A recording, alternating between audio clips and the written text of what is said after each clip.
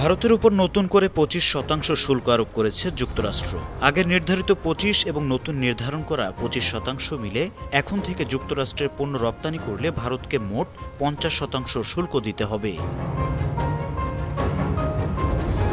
নতুন শুল্ক আরোপ সংক্রান্ত একটি নির্বাহী আদেশে বুধবার সই করেছেন মার্কিন প্রেসিডেন্ট ডোনাল্ড ট্রাম্প। সেখানে বলা হয়, এখনও ভারত সরকার প্রত্যক্ষ ও পরোক্ষভাবে রুশ তেল আমদানি করছে।